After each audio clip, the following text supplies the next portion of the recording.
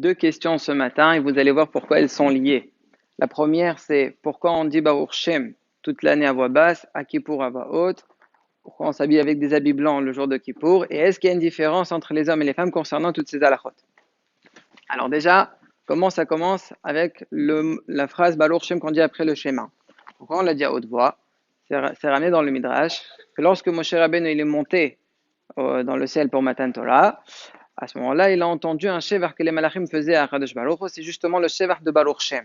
Il l'a entendu, il l'a pris avec lui, il l'a fait descendre sur terre. Mais on ne peut pas le faire à haute voix. Pourquoi? Parce qu'étant donné qu'il l'a pris entre guillemets sans la permission des malachim, il risque les malachim de s'étonner et de se fâcher. Comment ça se fait qu'on prend leur shevar sans leur permission? Donc c'est pour cela que nous on le fait, on l'utilise, mais entre guillemets en cachette, donc belahash.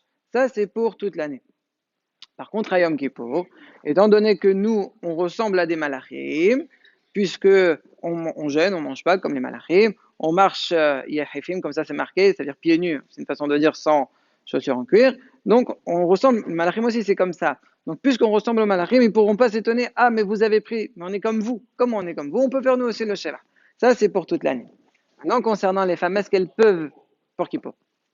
Maintenant, la question c'est est-ce que les femmes, elles aussi, peuvent faire Baruch Shem le soir et le jour de Kippour à haute voix ou pas?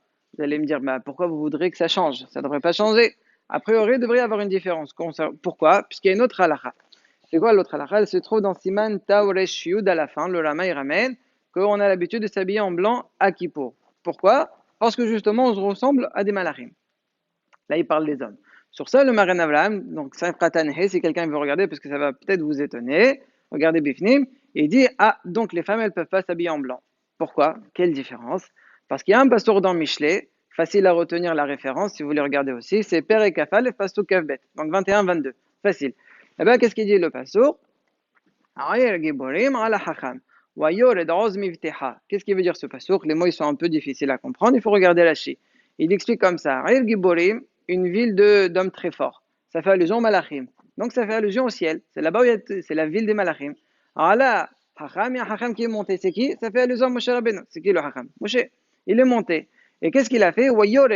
Il a fait descendre. Roz mifteha, c'est une façon de dire quelque chose de très fort. Ça fait allusion à la Torah. Donc ce passage qui parle, Moshe Rabbeinu, il a fait descendre la Torah sur terre. Et là-bas, on voit que le passage comment il dit Giborim, sans waouh. Il n'y a pas Gimel Bet waouh. C'est Gimel Bet Resh Yud Mem Sofet. J'ai vérifié hier soir. Vous n'allez pas trouver de waouh. Donc la drasha, elle est Gvarim. Gvarim, on peut le lire comme ça, c'est-à-dire des hommes. Donc les malachim, il y a les hommes, on les appelle les hommes. Il n'y a que les hommes qui peuvent ressembler à des malachim, pas les femmes. Donc, puisque nous on s'habille en blanc pour ressembler aux malachim, et les femmes, elles n'ont pas cette capacité, cette possibilité plutôt, donc elles ne s'habilleront pas en blanc, comme ça dit le Magen Avraham. Si maintenant je fais ressembler ça à Baruch Shem, elles aussi ne pourront pas dire Baruch Shem à haute voix, puisque c'est quoi Baruch Shem? On est comme des malachim, elles c'est pas comme des malachim. Malgré tout, la halakha elle est qu'elles pourront faire Baruch Shem à haute voix et ça ne ressemble pas aux habits. Pourquoi? Quelle est la différence? Parce que là, tout leur chasse, pourquoi on ne peut pas le faire toute l'année à haute voix? C'est parce que les malachim vont se fâcher. Ils vont dire, ah, mais comment ils le prennent sans notre permission? Qui leur a dit ça? Mais là, les femmes, elles vont dire, mais non, on n'a jamais dit qu'on veut ressembler à des malachim. Simplement, on le fait à voix parce qu'ils ont entendu leur mari. Et leur mari, ils l'ont dit à haute voix. Eux, ils ont leur permission parce qu'ils peuvent ressembler à des malachim. Donc, c'est pour cela que Masrana, les hommes, à haute voix, Baruch Shem, à Kippour, ils s'habillent en blanc. Les femmes, Baruch Shem, haute voix, mais les habits pas en blanc.